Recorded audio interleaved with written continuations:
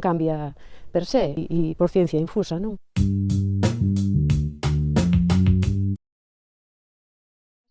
Chámome Lorena Fernández Romero, pertenzo á Asociación Indican, Iniciativa Dignidade Canina. Naceu no ano 2019, co obxectivo basicamente de loitar contra o maltrato.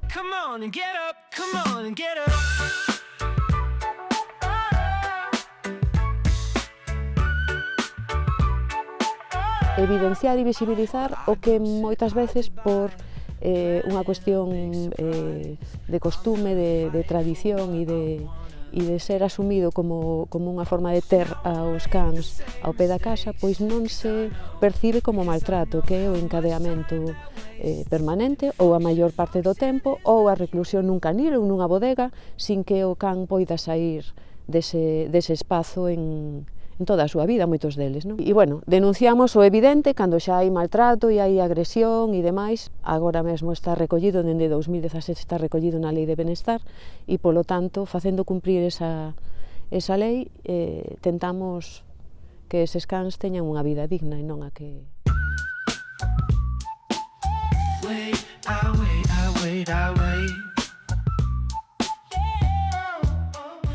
Pois cando presentamos denuncias, o que percibimos é desidia, silencio administrativo e xa cando hai ausencia absoluta de vontade, nin sequera acuden a inspeccionar os casos que presentamos, ademais con fotos e con probas que demostran que hai abandono e maltrato flagrante, non? Hai administracións que nin sequera inspeccionan, que non respostan cando nos facemos requirimentos para que nos envíen os informes de inspección. Algúns, bueno, fanse os remolóns, outros fano despois de presentar 10 e 20 escritos e emiten un informe no que o que se nos di, basicamente, a situación deste can foi regularizada, porque moitos deles consideran que regularizar a situación dese can que nos denunciamos por encadeamento permanente, por exemplo, é que ese can sexa chipeado, por exemplo. Ou a partir dese momento, pois xa ten unha cartilla. Está moi ben que chipeen o can, entre outras cosas, porque é unha obrigación, pero nós presentamos unha denuncia por unha tenza irresponsable. E na maioría dos casos, pois, non hai resposta. Moitas veces é certo que as autoridades locais o que se topan é que cando chega a un determinado nivel non hai diálogo con ese veciño que non pensa nin mellorar a calidade de vida dese animal con respecto ao encadeamento, por exemplo, non? Pois a única solución que queda, porque a nivel municipal non pode haber sancións se non hai unha actualización no seu regulamento, por exemplo, pois, bueno, abrir un expediente e leválo á Xunta. E na Xunta nos atopamos con outro muro que de desidia por un lado e despois de aprazamento desesperante dos expedientes. Nós ainda estamos agardando pola resolución do primeiro expediente que se abriu en 2019 e así estamos. Segundo recolle a lei do 4/2017 da Lei de Benestar, manter aos cans encadeados permanentemente ou a maior parte do tempo ou con un espazo reducido que non lles permite desenvolver a súa natureza, está prohibido. E entón, se está prohibido, deberían ser as propias autoridades e as administracións as que se ocupasen de, cada vez que ti ves a un animal nesa situación, intervir, non? Vale, nacemos asociacións como a nosa e como moitas máis que se dedican a evidenciar e visibilizar estas situacións, pero a autoridade moral podemos tela moita, pero a autoridade real é a que exercen as autoridades como tal, non? E as administracións que teñen instrumentos para facelo, non? Entón, o que nós dicimos,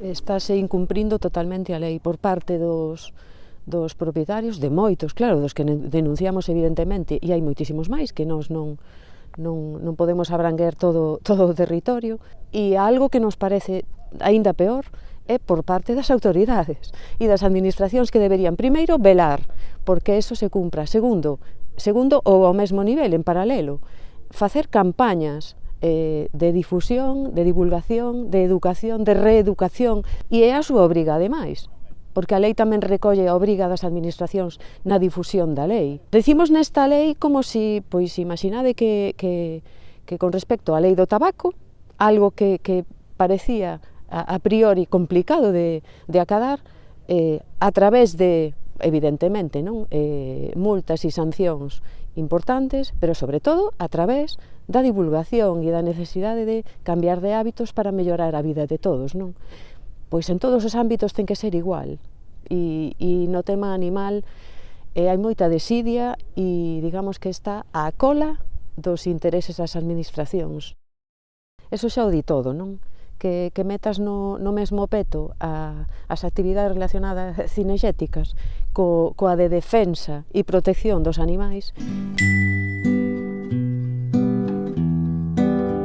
porque, bueno, como se atopan moitísima xente que chama de concello de tal, non me queren recoller, dice que non, o alcalde, a concelleira de turno, a policía local, que non, e o que fan, bueno, eso os que xa se negan, outros non se negan, e o que fan é coller o can e cambiálo de concello, o sea, hai xente que pode estar nun momento dado, se o can se deixa, tamén, pois, custodiando un pouco ao can, mentres non chegan pero non podes estar 5 horas esperando a que veña un servizo de recollida, non? É que tan sinxelo como que a Xunta obrigue aos concellos a asinar un convenio con un servizo de recollida.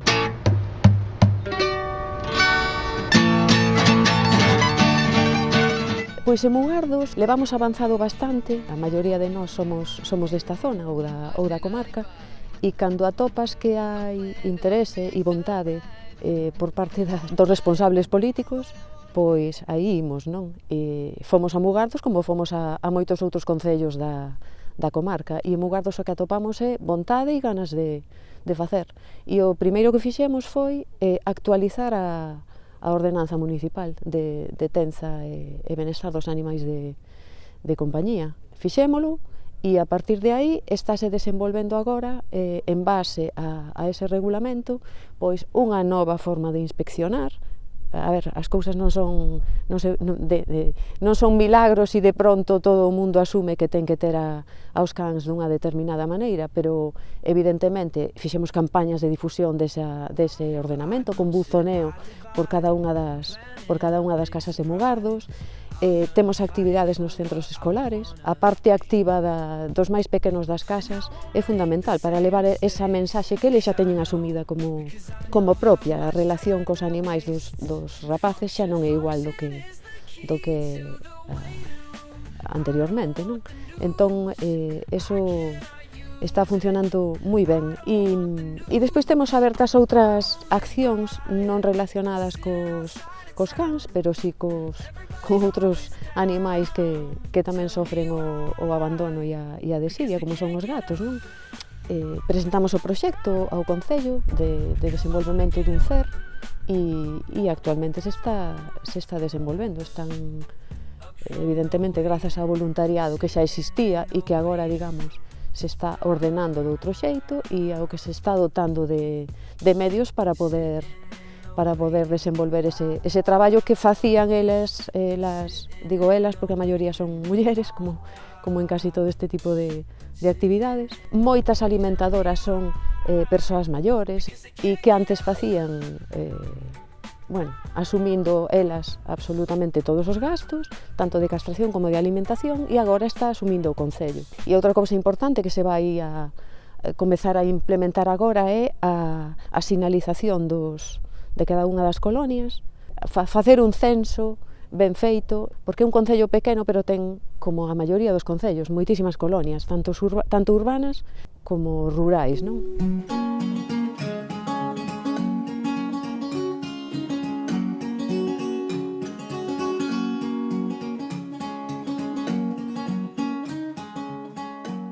Que haxa información de primeira man das administracións, que son as obrigadas a facelo, independentemente de que protectoras e asociacións fagamos o propio, non?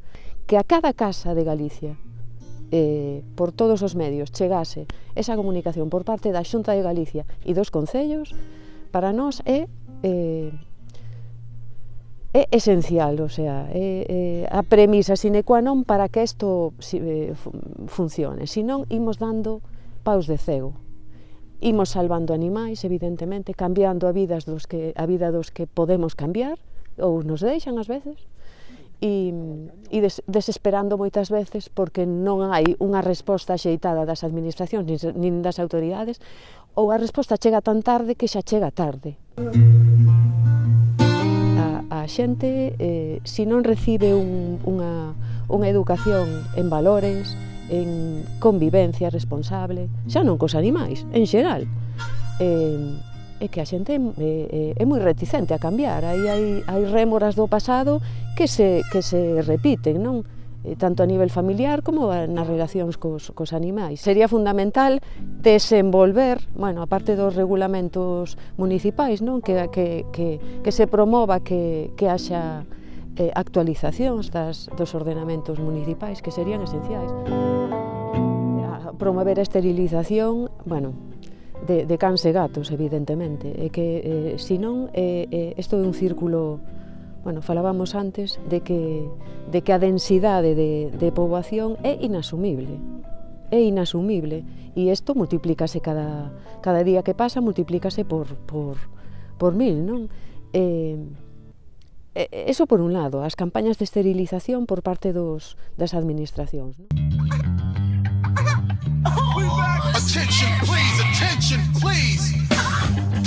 Preguntámonos sempre, pero para que terá can? Pero para que terán can? Bueno, para que terán can xa o sabemos, non? Tradicionalmente para ladrar, para que avisen, porque os usan como alarmas, pero outros deixaron de ser alarmas e ao final son agasallos que non se atenden, que non poden ver cumpridas as súas necesidades básicas, que non podes pasear, que non podes atender, que non podes alimentar, que se ten algún problema veterinario non vas poder asumir. Entón nos dicimos que non teñan can e estamos tentadas a facer unha campaña de non teñas can, non teñas animal. Non é unha obriga ter un can, é unha responsabilidade. E entón, se a podes asumir, podes ter can, senón non o teñas nunca, ademais non o teñas. Como ademais que non nos gusta utilizar esa palabra, pero decimos, o mascotismo é terrible, é a outra lacra desta sociedade, non? A outra é esa tenza, a antigua usanza, non? Dos animais. Eso, co tempo, afortunadamente vai desaparecer. Nós non o veremos, pero vai desaparecer. Pero outro problema que se está xerando agora é ter un can como se tiveses un peluche, e os cans non son peluches, os gatos tampouco, evidentemente. Referímonos aos animais en xeral, non? Porque tamén os exóticos teñen moitísimo, están tendo moitísimos problemas de tenza irresponsable, de abandono. O que pasa é que son menos visibles porque soen estar en espazos confinados e en pisos, non? Entón non están á vista da xente, pero tamén sofren a irresponsabilidade, non? Entón, falta educación das persoas, non? Non podes ter un novo ser vivo na túa familia se non o podes cuidar e atender. Se nós puidésemos lexislar, evidentemente, xa estaba prohibida a venda de animais. Hai un suposto mercado legal de venda de cans, por exemplo, de gatos e outros animais, e a maioría ao mellor o 80% do mercado é ilegal. E á vista de todo o mundo, a través de canles en internet, que calquera administración ou calquera entidade pública debería controlar e prohibir e sancionar con multas importantísimas que disuadirían enormemente de realizar ese tipo de actividades, pero non se fai, como noutros ámbitos, pero este é terrible, non? Absolutamente falta de vontade e ás veces, por non pensar incluso un pouco mal, e pensar que hai intereses creados ao redor da venda dos animais. Bueno, a maioría dos refuxios e das protectoras teñen un problema de superpoboación importantísimo, entón é esencial que se solucione o tema dos animais que existen na actualidade antes de seguir enchendo o mundo de cans, non? O sea, a ver, unha situación intermedia. Imos admitir a cría legal. Entón, que significa iso? Que só os criadores rexistrados poden criar, pero ten que haber un control real das administracións. Que a xente non pode facer de xuntacans. Un control por parte, primeiro, da propia familia, non? E senón das propias autoridades. Iso conleva un censo canino municipal, un control sobre os cans que viven en cada un dos concellos. É algo que nos promovemos dende que nacemos como asociación. Pensamos que é esencial que cada concello saiba exactamente cantos cans viven no seu concello, que situación están vivindo eses cans e que haxa un control sobre eles, non? E que se está permitindo, o sea, total permisividade da difusión de criadoiros ilegais e que maltratan e de que maneira aos animais e á vista da xente. Utilizan os medios que utilizamos todos para ver as noticias de cada día,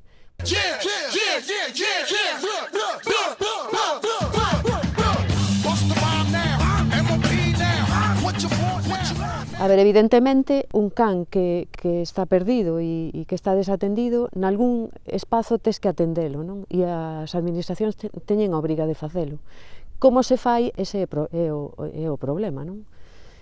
Como é unha solución supostamente puntual, é a solución que se ofrece, non? A existencia de canceiras, refuxios municipais, mancomunados, que calidade de vida se lle dá a ese animal mentres está nesa canceira. Nós temos casos sangrantes na canceira mancomunada de Ferrol, de Mougá, agora están nas mans da Consellería de Medio Ambiente porque non había resposta por parte da canceira, por moito que quixemos chegar ata o final, non? O caso é resumido e que seguro reiterado en moitísimos casos máis. No noso era a través seguindo a pista, digamos, dunha cadela que decomisaron en Mugardos, nun caso que foi moi sonado aquí, dos primeiros casos que atendimos de denuncia de maltrato e abandono absoluto, de 9 pitbulls nun criadoiro ilegal en Mugardos. Interviu o Concello, bueno, con gran esforzo, gran traballo e despois dun ano non foi tan sinxelo, quero dicir, houve aí un proceso duro, complicado, tivemos moitísimos meses atendendo a eses animais, alimentándoos e cuidándoos. Finalmente o Concello asume a súa obriga, decomisan os animais, todos subiron á canceira de Mougá, que era responsable de cuidalos e dalos en adopción. E a primeira que foi dada en adopción, que se chama Nuki, foi unha das pitbulitas que nós víamos máis complicado que tivese adopción. Non por nada, sino que era maravillosa.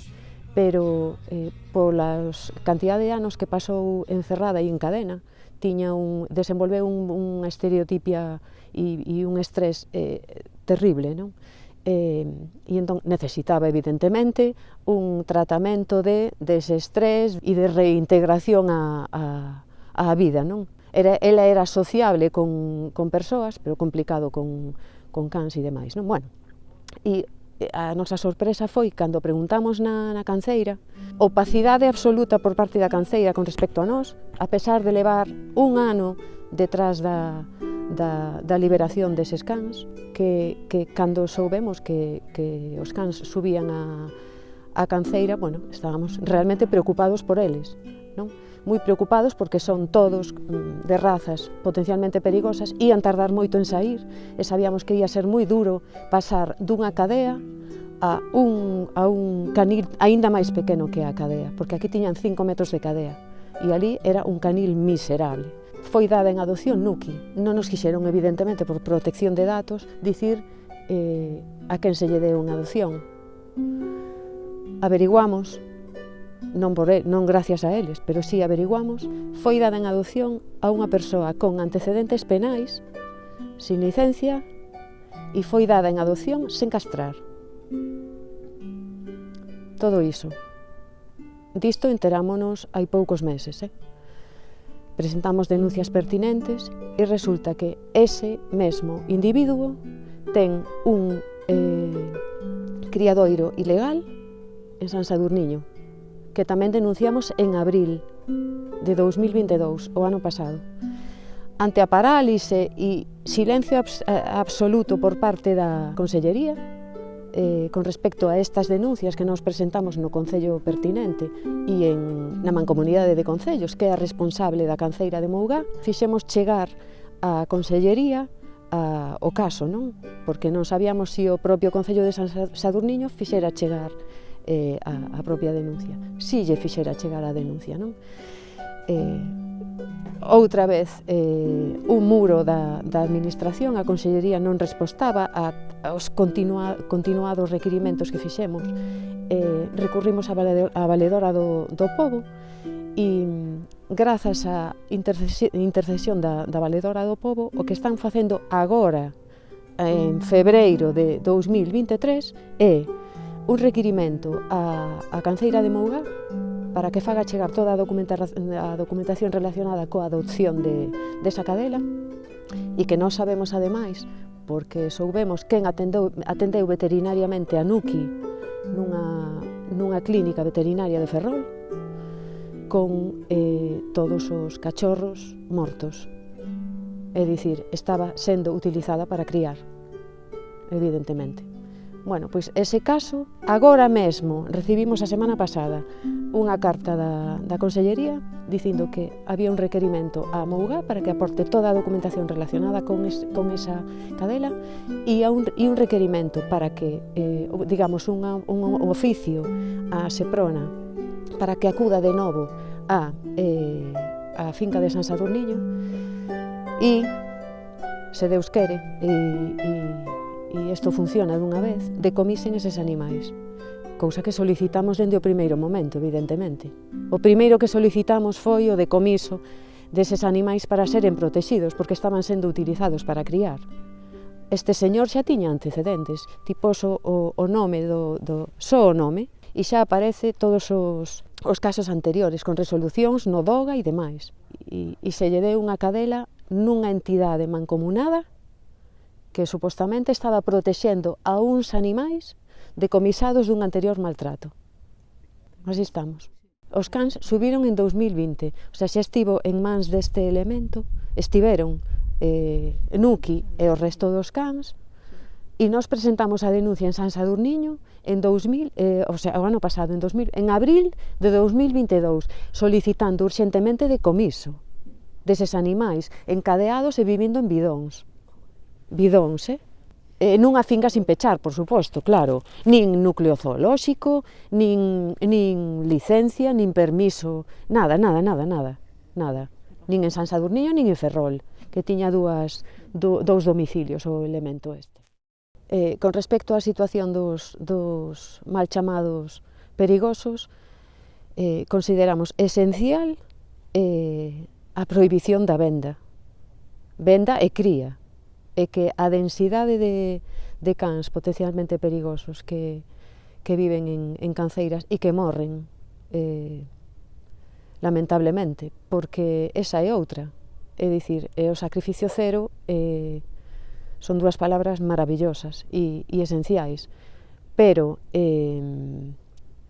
tamén temos casos e vividos en carne propia de cans potencialmente perigosos que subiron decomisados de denuncias que nos presentamos e que, dada a situación de estrés absoluto en cuarentenas durante un mes e medio, cando falábamos antes das canceiras mancomunadas e municipais, é que non hai persoal suficiente para atender a eses cans, persoal formado, non hai intención nin se lle espera de utilizar e botar man de persoas que participarían no coidado e na atención deses cans a moitos niveis. Voluntariado, por exemplo. Hai moitas canceiras que non se abren ao voluntariado. Esta mesma de Mougá, claro, xa sabemos por qué. É dicir, é esencial a presenza de etólogos, de educadores, de persoas que poden axudar a que o día a día deses cans sexa abismalmente diferente, porque son cans que necesitan un tipo de socialización, un tipo de trato, un tipo de encontros diferente, non? E só persoas que coñezan ese mundo poden facelo. Senón, ao final, a súa vida diaria redúcese a estar nun canil, entre comiñas, limpo, ter auga e comida. Entón, o que non podemos facer é quitalos dun lugar no que tiñan ese tipo de vida e metelos noutro sin ningún tipo de esperanza. Outra cousa que nós exiximos, si que en moitas das canceiras municipais ou mancomunadas, como a de Mougá, que coñecemos moi ben, non se fai, é a difusión. Non entendemos como é que non se difunden os cans e non entendemos como se pretende baixar a poboación dos cans se non se difunden para que a xente entenda que hai cans en adopción. E por que non se dan en acollida? Hai cans que poderían ser dados en acollida e que a xente subiría a Mougá a acollelos e facilitar a súa visibilización. Non permiten actividades con eles, non permiten pasealos, non permiten a presenza. Son espazos pechados e opacos. Entendemos que porque algo hai que ocultar e porque... Pero moitas veces o sacrificio cero incúmprese baixo un informe veterinario que xustifique que por estrés ou por incompatibilidade co coidado do persoal do refuxio é imposible manter ese can con que a veterinaria que está comprada asine un informe dicindo que houve un ataque, xa está, que nos pasou con outro pitbullito dos que subiron atacou. Pedimos informes do ataque, pedimos informes... Non podemos por protección de datos. Non estou pedindo os datos de a quen atacou, senón o suceso. Iso ten que estar recollido no historial dese can.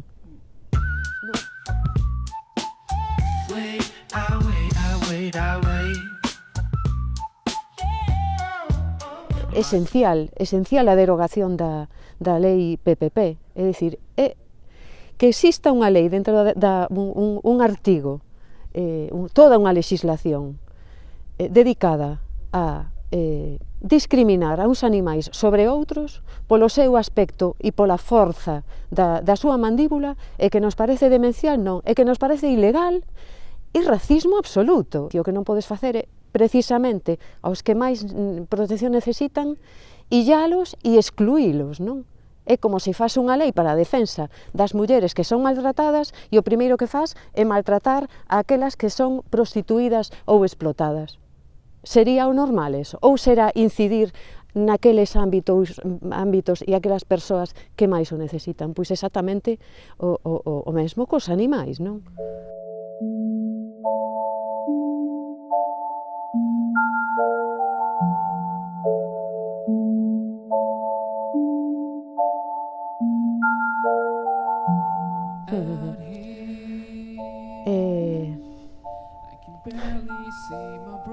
Xa. Imos tentar dar unha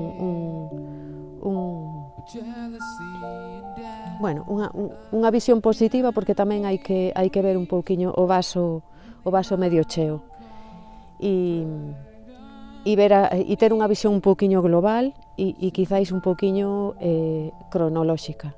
Imos botar a vista atrás e pensamos en 20 anos atrás a cantidade de melloras que se fixeron estase conseguindo coa loita e coa visibilización e o traballo de moitas persoas, grazas a que hai unha presión cidadá. É esencial que sigamos loitando para que a convivencia mellore e a sensibilidade revirta na dignidade dos animais, entendendo que son seres sentintes e cos que compartimos espazo, e que eles teñen os seus dereitos. O que pasa que só son recoñecidos cando nós asumimos que hai unha legislación e entón imosles a chegar eses dereitos, non? É real que nunca contaron tanto os animais como contan agora. É real que os gatos sobrevivían como podían ata aí nada, e aínda agora hai concellos que non asumen o seu cuidado, pero agora xa hai unha obriga, e xa, se ti tes unha colonia, podes exixir a un concello que asuma as súas obrigas. E se ti atopas a un animal perdido, a un can, tes que exixir ao teu concello que se ocupe do seu cuidado e da súa atención. Isto era impensable antes. E isto é grazas a que hai unha sensibilidade. E é grazas a que, precisamente pola presión da cidadanía, das persoas, ao final, que somos os que cambiamos o mundo. O mundo non cambia per se e por ciencia infusa, non? Cambia porque o cambiamos as persoas. E agora os maltratos, ou os abandonos, ou a tenza irresponsable, é noticia nos periódicos e nos medios, non? E causa estupor en moitas ocasións. Ese é o bo camiño, non? Que non se admita como normal o maltrato. Entón, ímonos quedar con iso, ímonos quedar con que a nosa aportación ao mundo sexa todo o positivo que poidamos e loitar porque aquelo que consideras indigno ou que provoca sufrimento, cambiálo. Os animais ensínanos a diario a pureza e o esencial da humanidade. Sin ser humanos, ensínanos moitísimas veces a ser máis humanos. É maravilloso, non?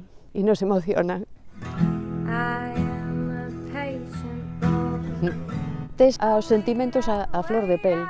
Moitas veces o pos en paralelo con persoas que ao mellor están axudando a persoas que están sufrindo moito dor ou situacións extremas ou pobreza, é dicir, bueno, evidentemente, se traballas e coñeces esas situacións, eres moitísimo máis sensible e mellor persoa.